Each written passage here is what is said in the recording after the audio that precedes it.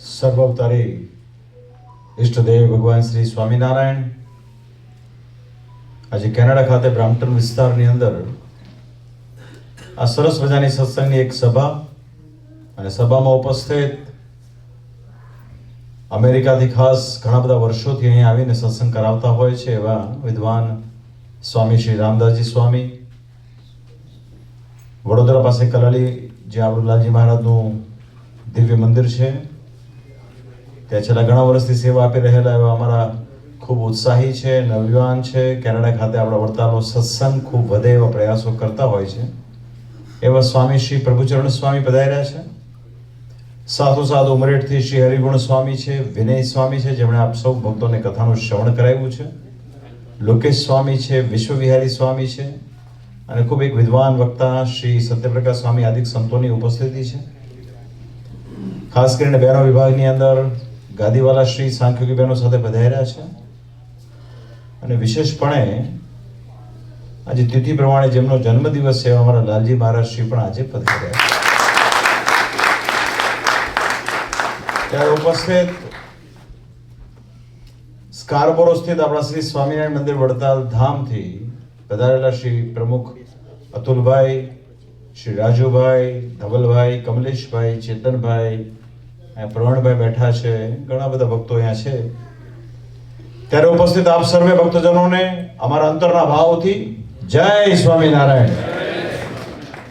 ભાઈ વીકડેઝમાં પણ આવડી સભા થાય એનાથી અમને એટલો બધો આનંદ આવતો હોય છે. પ્રભુ સ્વામી મને કહે કે મહારાષ્ટ્રી આપણે વડતાલમાં રહીએ તો પણ કઈ ફરક ન પડે, પણ જે આવી સભા થતી હોય ત્યાં તો મહારાષ્ટ્રી વડતાલથી અચૂકપણે કેનેડામાં આવવું પડે એવી સભા છે. અહીંયા બધા નિષ્ઠાવાન ભક્તો બેઠા છો, અહીંયા વડીલો પણ બેઠા છે, યુવાનો પણ બેઠા છે. અહીંયા ખાસ કરીને અમારા નાયકરાથી અભિષેક માકાણી વગેરે ભક્તો આવ્યા છે. સત્સંગની ચિંતા કરવા વાળા છે બધા. અને મૂળ વાત અહીંયા રજૂ થઈ કે ભાઈ આ સત્સંગ સ્વામિનારાયણ ભગવાને જીવના કલ્યાણને વાસ્તે મહારાજે આ સત્સંગની સ્થાપના કરી છે. તો આમાં કલ્યાણની વાત મુખ્ય છે. આપણે શ્રીમદ ભાગવતજીનો ગ્રંથ વાંચીએ તો એમાં એક પ્રસંગ આવે છે ભરતજીનો. એ ભરતજી વનમાં ગયા ભગવાનને રાજી કરવા માટે, ભગવાનને પ્રાપ્ત કરવા માટે. પણ વનમાં એક હરણીએ એક બચ્ચું જન્મ દીધું અને હરણી મૃત્યુ પામી. તે હરણના બચ્ચામાં એક માનવીય હેત થયું તો એમનાથી કલ્યાણ છેટું થઈ ગયું. પણ પોતે બહુ જ્ઞાની હતા એટલે ફરી વખત જ્યારે મનુષ્ય દેહ મળતા પૂર્વે એમને હરણમાં આસક્તિ થઈ ગઈ એટલે હરણના રૂપમાં એમને જન્મ લેવો પડ્યો. પણ જ્યારે ત્રીજી વખત ફરી વખત મનુષ્ય દેહ ધારણ કર્યો ત્યારે પોતે જળ ભરતની જેમ વર્ત્યા છે કે મારે આ સંસારમાં કોઈ વાતમાં મારે સ્નેહ રાખવો નથી, રખે મારું કલ્યાણ બગડી જાય એવો મારે પ્રયાસ નથી કરવો, માટે જળ ભરતની જેમ વર્ત્યા છે. તો સ્વામિનારાયણ ભગવાનના મતે શ્રીમદ ભાગવતજીની જે આ ચરિત્ર છે ને ચમત્કારિક ચરિત્ર છે. આમાંથી ઘણું બધું સમજવા જેવું છે. આપણે તો કળિયુગના જીવ છીએ, આપણને તો ડગલે ને પગલે અકારણ કોઈ વસ્તુમાં, પદાર્થમાં, કુટુંબીજનોમાં હેત થતું હોય છે. ત્યારે એવું થાય ત્યારે એવા સમયમાં આ કળિયુગમાં જીવનું કલ્યાણ કેમ થાય? તો એના સરળ ઉપાય રૂપે ભગવાન સ્વામિનારાયણ આ કળિયુગમાં પ્રગટ્યા. ઉત્તર કૌશલ દેશ ઉત્તર પ્રદેશની અંદર અયોધ્યા પાસે આવેલું છપૈયા ગામમાં પ્રગટ્યા. 11 વર્ષની ઉંમરે ઘરનો ત્યાગ કરી માતા પિતાને સદગતિ આપીને પોતે આખા ભારત વર્ષનું વિચરણ કરી સમગ્ર તીર્થોની યાત્રા કરતા થકા જ્યારે મહારાજ ગુજરાતની ભૂમિમાં પધાર્યા છે અને છેક સોરઠની અંદર લોજ ખાતે મહારાજ ગયા.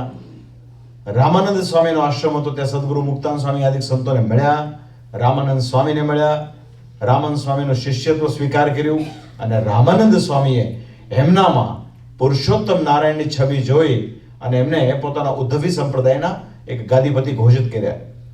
અને ત્યાર પછી તો સ્વામિનારાયણ ભગવાનના આખા સોરઠ, કચ્છ, કાઠિયાવાડ, ચરોતર, કાનમ, વાકળ વિવિધ પ્રાંતોની અંદર ભગવાન સ્વામિનારાયણ અખંડ વિચરણ કર્યું છે. એ જમાનામાં તો ટ્રાન્સપોર્ટેશન હતું નહીં, કોમ્યુનિકેશન હતું નહીં, તેમ છતાં સ્વામિનારાયણ ભગવાન એ માણકી ઘોડી ઉપર પોતાના સંતોની સાથે લઈ અને મહારાજે ખૂબ વિચરણ કર્યું. વિચરણ કરવા પાછળનો હેતુ એક જ છે કે ભગવાનનું ભજન કરો. આ કળિયુગમાં ભગવાનનું ભજન કરી કરીને ઘણા પાછા ભગવાન જેવા થઈ જાય છે. પણ ભગવાન જેવા થવા કોઈ સમર્થ છે નહીં. માટે ભજન ભલે થોડુંક કરો પણ ભગવાનનું કરો, શુદ્ધ ભાષામાં કરો. એટલે શ્રીજી મહારાજે પોતાના ઉત્તરાર્ધ વિસ્તારની અંદર જે હેતુ માટે પોતે પ્રગટ્યા હતા એ હેતુને સાર્થક કરવા માટે પોતે મંદિરોના નિર્માણ કરાવ્યા છે. અને પોતાનો મત કયો છે કે અમે તો ત્યાગી છીએ પણ છતાંય અમે ત્યાગનો પક્ષ મોડો રખાયો છે. કહેતા અમે ત્યાગનું બહુ વિશેષ નથી પ્રાધાન્ય રાખ્યું, કેમ કે અમે જોયું છે કે જે બહુ ત્યાગી હોય ને એમાં પાછળથી ભક્તિનો નાશ થઈ જાય. એ ઘણા પેલી ભક્તિ કરતા હોય તો ખબર રાફડા થઈ જતા હોય, એનાથી કેવળ કદાચ પોતાનું આત્મકલ્યાણ સાધી શકે. જ્યારે સ્વામિનારાયણ ભગવાન એમ કે નિવૃત્તિ ધર્મને પામેલો ત્યાગી એ અમારી આજ્ઞાએ કરીને સત્સંગના હિતાર્થે પ્રવૃત્તિ કરે છે, એને લઈને ઘણા જીવોનું રૂડું થાય છે. એટલા માટે અમે મંદિર બનાવ્યા છે કે જેથી કરીને મંદિર માટે બાગ બગીચા થાય, ઠાકોરજી માટે વસ્તુ પદાર્થ લાવીએ, મંદિરના ગર્ભગૃહમાં ભગવાનની મૂર્તિઓ હોય. હવે આજે આપણે જે મંદિરમાં ઉપસ્થિત છીએ ભવાની શંકરનું મંદિર છે. તો મંદિરમાં પરમેશ્વર અને પરમેશ્વરના જે અવતારો હોય, એના જ સ્વરૂપો હોય, એ મૂળ વાત શ્રી હરિ આપણને એવું સમજાવે છે. અને એની હારવાર એવું કહે છે કે કદાચ આ મંદિરોની અંદર ભક્તિ થોડીક થશે ને તો પણ ઉપાસના ટકી રહેશે. કેમ કે આપણે બધા ભગવાનને ભજનારા છીએ, કોઈ વ્યક્તિને ભજનારા નથી. તો આ સ્વામિનારાયણ સંપ્રદાય જે મૂળ અસલ સ્વામિનારાયણ સંપ્રદાય જે શ્રી હરિએ સ્વયં સ્થાપિત કર્યો છે, જેની બે દેશ ગાદી છે, જેણે આખા ભારતના નકશાને આમ દ્વારકાથી કલકત્તા સુધી કાલ્પનિક રેખા ખેંચીને ઉત્તર અને દક્ષિણ બે વિભાગ કરેલા છે. અને પોતાના સમયમાં શ્રીજી મહારાજે 6 મંદિરો બાંધ્યા છે. એમાં પહેલું મંદિર અમદાવાદની અંદર કાલુપુર વિસ્તારમાં શ્રી નરનારાયણ દેવનું બનાવ્યું. બીજું મંદિર ભુજનગરની અંદર, એમાં પણ ભગવાન સ્વામિનારાયણ શ્રી નરનારાયણ દેવ પધરાવ્યા છે. અને નરનારાયણ દેવનો અદ્ભુત મહિમા કયો છે મહારાજે. મહારાજ કે બદ્રિકાશ્રમમાં શ્રી નરનારાયણ દેવ ભરતખંડના ભક્તો માટે તપ કરે છે. તો અમારે એ નરનારાયણ દેવને ભરતખંડના ભક્તોના શ્રેય માટે પધરાવા છે. તો 2 મંદિરમાં સ્વામિનારાયણ ભગવાને નરનારાયણ દેવ પધરાવ્યા. અને ત્રીજું મંદિર મહારાજે વડતાલમાં કર્યું, જ્યાં શ્રી હરિએ પોતાના સ્વહસ્તે શ્રી લક્ષ્મીનારાયણ દેવ પધરાવ્યા, જેનો મહિમા હમણાં જ લાલજી મહારાજશ્રીએ આપણને કહ્યો. અને એ લક્ષ્મીનારાયણ દેવ પધરાવવા પાછળનું કારણ કે એમના જે ગુરુ હતા શ્રી રામાનંદ સ્વામી, એમની પાસેથી સ્વામિનારાયણ ભગવાને વચન માંગેલું છે કે અમને વચન આપો ગુરુદેવ કે તમારો આશ્રિત અન્ન ધન વસ્ત્રથી દુઃખી ન થાય. કેમ કે કોઈ પણ જીવાત્મા કળિયુગમાં આવ્યો હોય, મનુષ્ય જન્મ ધારણ કરે, સ્વાભાવિક છે કે આ લોકમાં રહેવા માટે, લોકના સુખને ભોગવવા માટે એને ધન ધાન ને સંપત્તિની આવશ્યકતા પડે. તો એના માટે શ્રી હરિએ લક્ષ્મીનારાયણ દેવ પધરાવ્યા છે, જેને ગયા વર્ષે 200 વર્ષ પૂરા થયા. વર્ષ 2024 કાર્તિકી સમયમાં નવેમ્બરમાં બહુ ધામધૂમીથી મહોત્સવ થયો. આમાંથી આપ સૌ ઘણા ભક્તોએ મહોત્સવને નિહાળ્યો હશે. તે જ પ્રમાણે શ્રી હરિએ પછીના વર્ષમાં જ્યારે લક્ષ્મીનારાયણ દેવ મંદિરને પૂર્ણ થઈ 1 વર્ષ થયું, ત્યારે મોટેરા સંતોની સભા થઈ અને સંતોએ કહ્યું કે મહારાજ અમે તો જાણીએ છીએ કે તમે પુરુષોત્તમ નારાયણ છો, માટે તમે સંપ્રદાયની પરંપરા અક્ષુણ રહે એનો કાંઈક ઉપાય કરો. ત્યારે સ્વામિનારાયણ ભગવાને બહુ સરળતાથી કહ્યું કે અમે તો ત્યાગી છીએ અને અમારી પાસે અત્યારે 500 તો પરમહંસો લાવેલા શ્રી હરિ. અને એવું કહેવાતું હતું કે એ જમાનામાં સ્વામિનારાયણ ભગવાન પાસે 2000 સંતો હતા. એટલે શ્રીજી મહારાજે કીધું કે ભાઈ અમે એવું ઈચ્છીએ છીએ કે અમારી પછી જે કોઈ વડીલ સંત હોય એ જવાબદારી સંભાળે. ત્યારે સદગુરુ શ્રી મુક્તાનંદ સ્વામી, સદગુરુ શ્રી ગોપાળાનંદ સ્વામી, શ્રી મહાન નિષ્કળાનંદ સ્વામી આદિ સંતોએ મહારાજને વાત કરી કે મહારાજ અમે તો સ્ત્રી અને ધનના ત્યાગી છીએ અને તમે તો સાક્ષાત પુરુષોત્તમ નારાયણ છો, માટે એ જવાબદારી તમે અમોને સોંપવાને બદલે તમે જે કુળમાં જન્મ્યા છો, કેમ કે સ્વામિનારાયણ ભગવાને જે વસ્તુ પદાર્થ અંગીકાર કર્યા બધી વસ્તુ પ્રસાદીની ગણાય છે. તો તમે જે કુળમાં જન્મ્યા છો, જે હેતુથી જન્મ્યા છો, એ હેતુને સાર્થક કરવા માટે તમારા જ કુળની અંદર તમે ગુરુપદ સ્થાપન કરો. અને અંતોગતવા એ તો મહારાજ છે, કરતું અન્યથા કરતું એની મરજી હોય એમ કરે. ત્યારે શ્રી હરિએ તમામ સંતોનો મત લઈ પોતાના જ કુળની અંદર પોતાના 2 ભાઈઓ, મોટા ભાઈ શ્રી રામ પ્રતાપજી અને નાના ભાઈ શ્રી ઈચ્છારામજી, બંનેના એક પુત્રને દત્તક કરી વડતાલની અંદર કારતક સુદ એકાદશીના રોજ વિક્રમ સંવત 1882 જે આ વર્ષે નવેમ્બર મહિનામાં એને 200 વર્ષ પૂરા થશે એમ કરીને આચાર્ય પદ સ્થાપ્યું છે. એની એક રીત સ્થાપી છે. એના માટે એક બકાયદા એક ડોક્યુમેન્ટ તૈયાર કરાવડાવ્યું જેનું નામ છે દેશ વિભાગનો લેખ. એની અંદર બધી જ ચોખવટ છે. અમારા ત્યાગીઓએ કેવી રીતે રહેવું, બે દેશ ગાદીનો વિભાગ, બંને આચાર્યોએ કેવી રીતે રહેવું, સંતોની પણ વહેંચણી થઈ.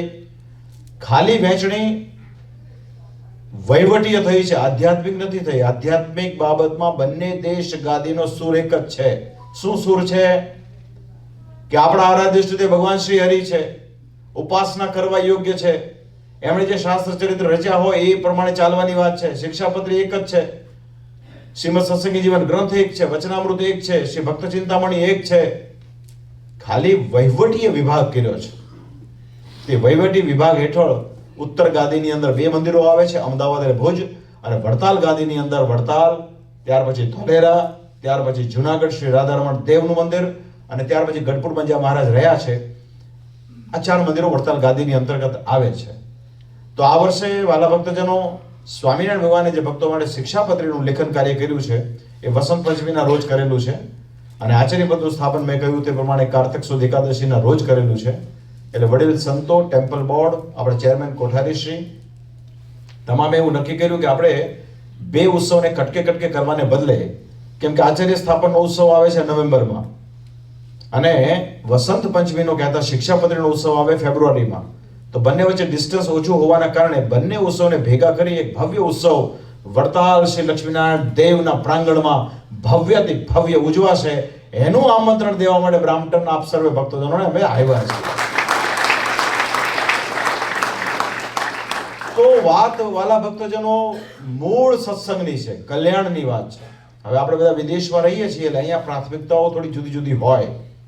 અહીંયા આપણે સત્સંગ કરીએ, કોઈ ઘરે ઘરે કરીએ, પછી મંડળ મોટું થાય તો કાંઈક જગ્યા લઈએ, પછી ધીરે ધીરે બાળકોની પ્રવૃત્તિ કરીએ, પછી યુવાન યુવતીઓની પ્રવૃત્તિ કરીએ, પછી એ લોકોમાં આપણું કલ્ચર, ગુજરાતી કલ્ચર જળવાય એની વાત કરીએ, પછી એનામાં સારા સંસ્કાર આવે એની વાત કરીએ. આ બધું કરીએ, પણ આપણો મેઇન હેતુ શું હોય કે આ બધું કરતા થકા છેલ્લે મંદિર કરીએ તો આપણી ઉપાસના ટકી રહે. આપણે આપણા બાળકોને સંસ્કાર આપતા આપતા આપતા આપતા કમસે કમ છેલ્લે એને એનું જ્ઞાન આપીએ કે ઉપાસના કરવા યોગ્ય તો આપણા મહારાજ છે, અને આપણા મહારાજે જે મંદિરો કર્યા છે એ મંદિરોને વિશે આપણે જે કંઈ કમાતા હોઈએ એનો 10મો 20મો ભાગ એના અર્થે આપવાની વાત છે. તો આવી પાયાની બાબતોનું સંવર્ધન થાય એના માટે વિદેશની અંદર મંદિરો થાય, પણ પૂર્વે મેં કહ્યું તે પ્રમાણે ભક્તોને બોલાવી તેડાવીને આવકાર આપીને પ્રેમથી એના માટેની એક્ટિવિટી થાય. આજકાલ સોશિયલ મીડિયા પાવરફુલ છે. હવે થાય છે કેવું કે ઘણીવાર શું હોય, નક્કલ હોય ને, નક્કલ એને મહેનત બહુ કરવી પડે, કારણ કે લોકોને કન્વિન્સ કરવા પડે, એટલે બહુ બળ કરે. એનો સોશિયલ મીડિયા પાવરફુલ હોય, અસલ એમ લાગે ભાઈ જેને જોઈએ તે આવો મોક્ષ માંગવા રે લોલ, જેને જરૂરત હોય આવો. પણ વર્તમાન સમયમાં આપણે કદાચ વ્યાવસાયિક ન બનીએ પણ કાર્યક્ષમ ચોક્કસ બનીએ. એટલે હું હંમેશા કહેતો હોઉં છું કે આપણા મંદિરોની અંદર જે ભક્તજનો આવે એને મૂળ સંપ્રદાયની ઓળખ આપીએ. આ કઈ ભભાકીઓ નથી સંપ્રદાય, આ કઈ વૈભવ, વિલાસ, ડેકોરેશન, બાગ બગીચા, ફુહારા એ બધી બાય પ્રોડક્ટ છે. પણ મોટા ભાગે શું થાય કે કળિયુગનો જે જીવ હોય ને અર્થાર્થી હોય.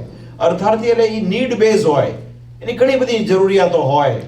પોતાના બાળકોના લગ્નની જરૂરિયાત હોય, વિદેશ સેટલ થવાની જરૂરિયાત હોય, નાના મોટા કામ કઢાવવાની વાત હોય, ત્યારે એ શું વિચારે કે મોટી મોટી સંસ્થાઓ છે, પ્રોફેશનલ છે, એના શરણે જઈએ, ત્યાં હેતુ ચેન્જ થઈ જાય છે. મંદિરો કેવળ ને કેવળ આત્યંતિક કલ્યાણ માટે છે. તમે બધા હિન્દુસ્તાન આવો છો જ્યારે, તો તમે બધા જે પ્રાચીન મંદિરો છે ત્યાં કેમ જાઓ છો? આપણા જે 4 ધામ છે, બદ્રીનાથ હોય, જગન્નાથજીનું મંદિર હોય કે દ્વારકાનું મંદિર હોય, આપણે ત્યાં કેમ જઈએ છીએ? ત્યાં કયો મોટો વૈભવ છે? આપણે 12 જ્યોતિર્લિંગ છે ત્યાં કેમ જઈએ છીએ? તો એ આપણી શ્રદ્ધા છે, આપણી આસ્થા છે. આપણા બાપ દાદાએ આપણને એવું શિક્ષણ આપ્યું છે. ભાઈ સોમનાથ મહાદેવ જ્યોતિર્લિંગ છે, આપણે જાણીએ છીએ કે વિધર્મીઓએ જ્યોતિર્લિંગ તોડી નાખેલું હતું. ત્યાર પછી જ્યારે નવી સરકારની રચના થઈ ત્યારે સરદાર વલ્લભભાઈ પટેલ સાહેબે એ સોમનાથ જ્યોતિર્લિંગનું નવેસરથી એ સ્થાપિત કર્યું. આપણે બધા જાણીએ છીએ. તેમ છતાં આપણી આસ્થા શું કહે છે? આપણી આસ્થા એમ કહે છે કે સોમનાથ મહાદેવ એ સાક્ષાત સોમનાથ મંદિરમાં બિરાજમાન છે. આપણી આસ્થા છે.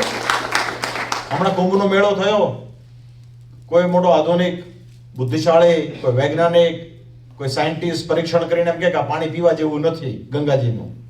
પણ આપણી શ્રદ્ધા શું કહે છે કે પરાપૂર્વથી ગંગા મૈયા છે ને એ લોકોનું વહન કરી રહી છે, લોકોનું કલ્યાણ કરી રહી છે. એ જે હોય તે, પણ આપણે શ્રદ્ધાથી ન્યા આચમન કરીએ છીએ, ન્યા ડૂબકી લગાડીએ છીએ.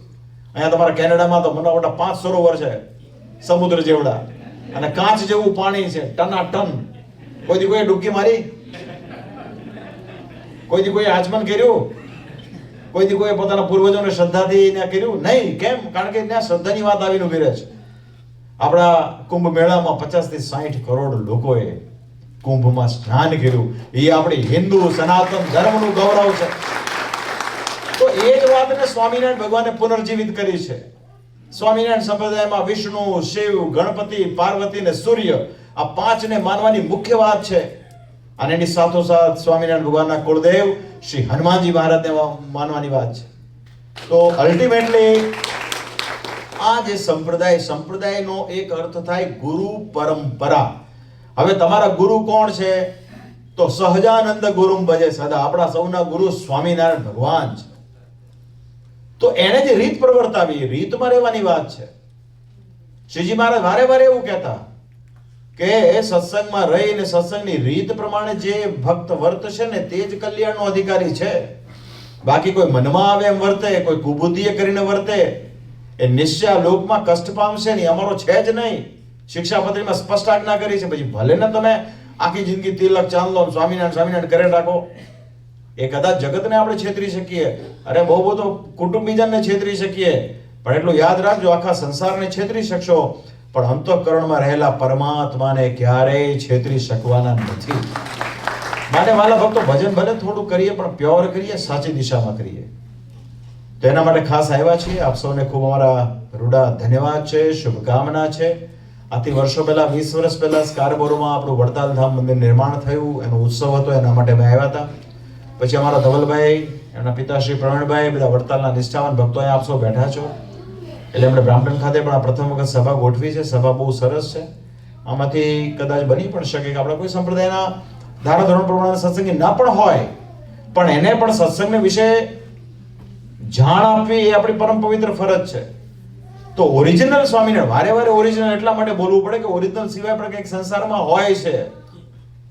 તો સ્વામિનારાયણની વાત વારે વારે અમે એટલા માટે કરીએ છીએ કે જેથી કરીને સત્સંગી માત્રને એટલો ખ્યાલ આવવો જોઈએ કે ભગવાન સ્વામિનારાયણ બહુ ઘોર કષ્ટ વેઠી, માન અપમાન સહન કરી જીવના કલ્યાણ માટે સત્સંગ સાહેબો છે. બાકી એ તો અનંત કોટી બ્રહ્માંડના આધાર પુરુષોત્તમ નારાયણ છે. એ તો પોતાના ધામમાં બેઠા બેઠા ચપટી વગાડે તો આપણે બધાનું કલ્યાણ કરી શકે. એને વારે વારે મનુષ્ય જન્મ ધારણ કરીને આવું બધું એક્ટિવિટી કરવી ના પડે. તો કમસે કમ આપણને એનો એક ખ્યાલ હોવો જોવે. તો અંતમાં મારી શ્રી હરિના ચરણમાં પ્રાર્થના, આપ સૌનું ભગવાન ખૂબ મંગળ કરે. ભલે તમે થોડું ભક્તિ કરો, ભલે સવારે આપણે ઠાકોરજી પાસે દીવો કરીએ, દીવો કરીને ભલે 5 મિનિટ આપણી પાસે ટાઈમ હોય, ભલે આપણી નોકરીનો ટાઈમ થઈ ગયો હોય કે ટ્રેનનો, બસનો, કારણ કે આ તો બધું ફાસ્ટ લાઈફ છે. ટોરન્ટો જે મુંબઈ છે એમાં આ બધું કેનેડાનું મુંબઈ છે. તો જેટલું પણ તમે કરો ને પ્યોર કરો, ભક્તિ કરશો બહુ હૃદયથી. એક શ્રીજી મહારાજને, અયોધ્યા પ્રસાદજી મહારાજ જે પહેલા આચાર્ય થયા ને, એ મોટા ભાઈ શ્રી રામ પ્રતાપજીના સુપુત્ર હતા અને અમદાવાદ ગાદીના એ આચાર્ય, પ્રથમ આચાર્ય હતા. એટલે એમણે ભગવાન સ્વામિનારાયણ એક પ્રશ્ન કર્યો કે મહારાજ, આખા દિવસમાં તમારું કેટલું ભજન કરીએ તો જે કંઈ નાના મોટા ખોટા કામ થયા હોય એનાથી અમને મુક્તિ મળે, અમારા પાપ કર્મ બળી જાય.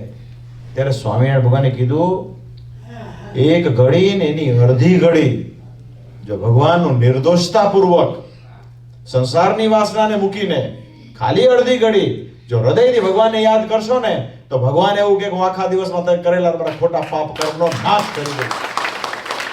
તો વાત સમજવાની જરૂરત છે. શ્રી કૃષ્ણ ભગવાને અર્જુનને કહ્યું કે અર્જુન, કોણ જ્ઞાની કહેવાય? સત્યને જાણે એ જ્ઞાની કહેવાય કે જે અસત્યને જાણે એ જ્ઞાની કહેવાય? ત્યારે અર્જુનથી જવાબ ન થયો. ત્યારે ભગવાન શ્રી કૃષ્ણે કીધું કે જે સત્ય અને અસત્યની વચ્ચેની જે ભેદ રેખા છે એને જે જાણે છે ને એ પરમ જ્ઞાની છે. અને પરમ જ્ઞાની હોય ને એ પોતાના કલ્યાણને વાસ્તે કરે, એ આડોળો ભટકે નહીં. એ કઈ બહુ મોટી ડેંડાટ હોય ને ત્યાં પહોંચી ન જાય. બાકી જે બધા લૌકિક આ જગતના છે ને એને તો એ જ ગમવાનું છે. બહુ રોશની, બહુ લાઇટિંગ ને બહુ ફલાણું, ઘણા તો એમાં ઇમ્પ્રેસ થઈ જતા હોય. મને કે ચપ્પલ, સેન્ડલ, બૂટ લાઈનમાં મૂકેલા હોય છે. Scooter, cycle. અરે મેં કીધું આ તો ભાઈ તમે શું કહો છો? આ તો મોટી કોર્પોરેટ સંસ્થાઓમાં પણ આ હોય છે. અને બહુ ચમક ધમક ને રોશની જોવી હોય તો ડાઉનટાઉન વયા જવાનું. અહીંયા આપણે છે ને બધી લાઈટો. તો મૂળ વાત વાલા ભક્તોજનો, સત્સંગ કરો, આત્મકલ્યાણ માટે કરો, જગત માટે નહીં.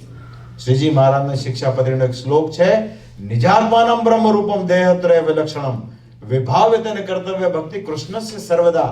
પોતાના દેહની અંદર રહેલો જે આત્મા છે ને પરમ ચૈતન્ય માની બ્રહ્મરૂપ ઉપાસના કરવાની વાત છે. એનો સૂક્ષ્મ સાર એવો છે કે પોતાના પુત્રાદિકને વિશે જે હેત કરાવનારી માયા છે ને એનાથી પણ ભગવાન પાસે માંગણી કરવાની કે હે ભગવાન મારી રક્ષા કરો, મને તમારો દાસ બનાવો, હું તમારું કલ્યાણ સાધી શકું, મારું કલ્યાણ સાધી શકું એવા મારી પર આશીર્વાદ વરસાવો. એ વાત છે. જેમ જ્યારે ભક્ત પ્રહલાદની રક્ષા ભગવાન નરસિંહ પ્રકટ થઈને કરીને ત્યારે ભક્ત પ્રહલાદે કીધું, હું કઈ તમારા વિકરાળ રૂપથી ડરતો નથી અને તમે મારી જે રક્ષા કરીને રક્ષા માનતોય નથી, કારણ કે તમે મારા શરીરની રક્ષા કરી છે તેને હું માનતોય નથી. પણ જો તમે ખરેખર ભગવાન વિષ્ણુ નારાયણ હો તો મને જે મારી અંતઃકરણમાં રહેલા કામ, ક્રોધ, લોભ, મોહ, મદ, માન, ઈર્ષા, અસૂયા, હું કહું એમ થાય, હું કહું એમ કરો બધા, એ જે અંતઃશત્રુ છે એનાથી મારી રક્ષા કરો તો હું ભગવાન તમને માનું. ત્યારે ભગવાન બહુ રાજી થઈને ભક્ત પ્રહલાદની પર આશીર્વાદ વરસાવ્યા છે. તો આ વાત છે. આપણે બધા શું છે, આપણે બધા આજે 4 અંતઃકરણ છે ને, મુખ્ય કામ, ક્રોધ, લોભ, મોહ, એમાં જ અટવાયેલા છીએ. એમાંથી બચવાની બહુ જરૂરત છે. આ મૂળ વાત છે. તો શ્રી હરિ તમારા સૌનું ખૂબ મંગળ કરે. જેને સભા ગોઠવી અમારા ધવલભાઈ, આપ સર્વે યુવાન ભક્તો જે કોઈ બધા આવ્યા છો, તમને સૌને અમારા ખૂબ ખૂબ ધન્યવાદ. ભગવાન તમારા સૌનું ખૂબ મંગળ કરે એ પ્રાર્થના અસ્તુ. જય સ્વામી. જોરદાર તાળીઓના નાદથી પરમ પૂજ્ય આચાર્ય મહારાજ શ્રીના આશીર્વાદને